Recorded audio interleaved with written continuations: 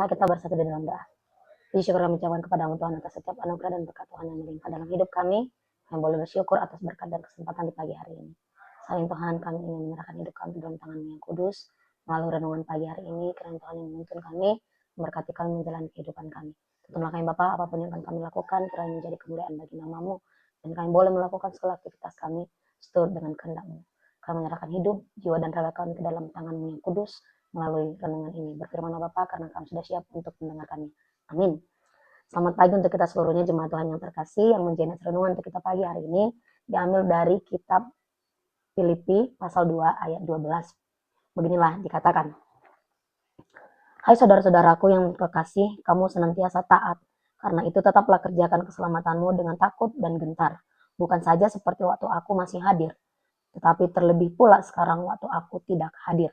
Opehamu nahina holongan songon tongi pangoloyun muna nasai laun unang holan juppa di hamuna au lam songonima dina padau-dau au mardongan biar doh longos niroha ulahun hamuma ulahun muna.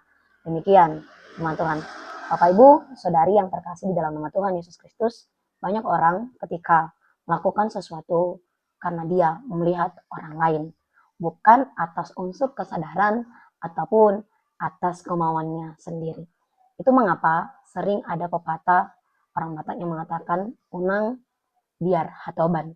Artinya ketika kita melihat Tuhan, maka dia bagus melakukan setiap pekerjaannya. Tetapi ketika majikannya tidak di tempat itu, dia berleha-leha dan tidak melakukan tugasnya.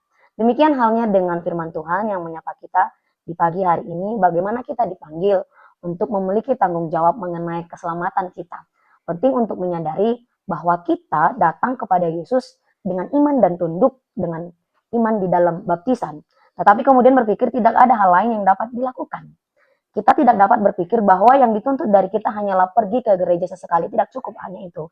Melainkan Paulus menulis sebuah surat kepada orang-orang Kristen yang telah menaati Tuhan dan telah diselamatkan. Namun Paulus juga berbicara tentang keselamatan sebagai sesuatu proses yang harus dipatuhi orang-orang Kristen. Sebagaimana keselamatan mereka datang kepada Kristus dengan iman hanyalah permulaan. Bapak Ibu, baptisan bukanlah titik akhir tetapi menjadi titik awal.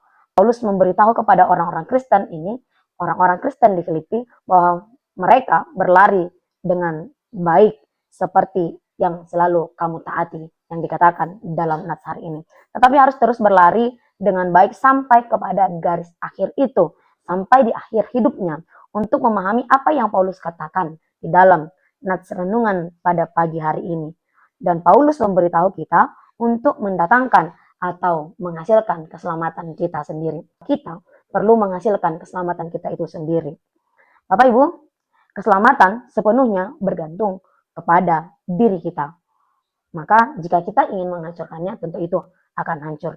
Dalam ayat 12 ini, Paulus mengatakan, mengajarkan kepada kita pelajaran yang sangat penting, bagaimana Paulus mengatakan, tetaplah mengerjakan keselamatanmu dengan takut dan gentar, bukan seperti waktu aku masih ada.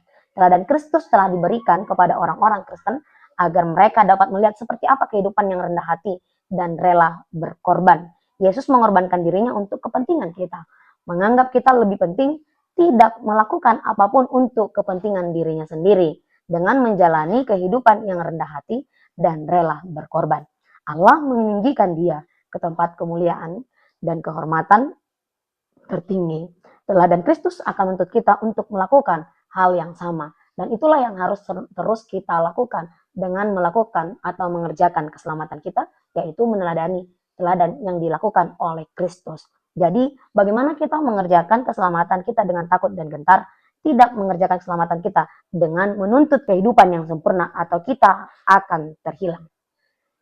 Itu bukanlah inti yang diajarkan Paulus melalui perikop ini. Melainkan orang Kristen tidak boleh merasakan beban ini. Karena itu bukanlah cara ketaatan kita yang seharusnya terwujud. Bapak Ibu, dedikasi diri kita, dedikasi diri saudara-saudari sepanjang hidup untuk bertumbuh dalam pengenalan akan Tuhan. Tuhan akan bekerja di dalam hati Anda, Tuhan akan bekerja dalam hati saudara-saudari, dan kita akan berhubungan dengan Tuhan yang akan menyebabkan kita mengubah cara berpikir kita dan aktivitas kita, sehingga keselamatan akan terjamin saat kita menyesuaikan diri dengan gambar dan rupa Allah. Kita sedang mengerjakan keselamatan kita saat kita menjalani hidup yang rendah hati dan rela berkorban. Kita sedang mengerjakan keselamatan kita saat kita menginginkan dan menghargai Kristus di atas segalanya. Kita sedang mengerjakan keselamatan kita jika kita hidup di dalam kasih, hidup di dalam yang mau saling menghormati, kasih sayang dan keinginan kita akan berubah saat memahami janji-janji Tuhan yang sangat besar dan berharga. Dan saat kita bertumbuh dalam pengenalan akan takut akan Tuhan, disitulah kita telah mengerjakan keselamatan kita dengan takut dan gentar.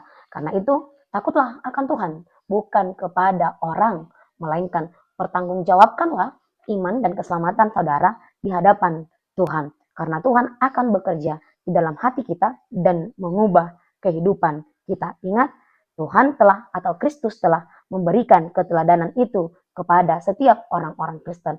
Maka kita sepatutnya belajar bagaimana Kristus juga telah rendah hati dan rela berkorban. Dengan demikian kita akan terlatih untuk mengerjakan keselamatan kita di dalam rasa takut dan gentar, terlebih mengenal Tuhan. Amin. Selamat pagi, Tuhan Yesus memberkati kita sekalian. Shalom. Kasih karunia dari Tuhan Yesus Kristus, serta kasih setia Allah Bapa dan persekutuan Roh Kudus memberkati dan menyertai kamu sekalian hari ini, esok, dan sampai selama-lamanya. Amin.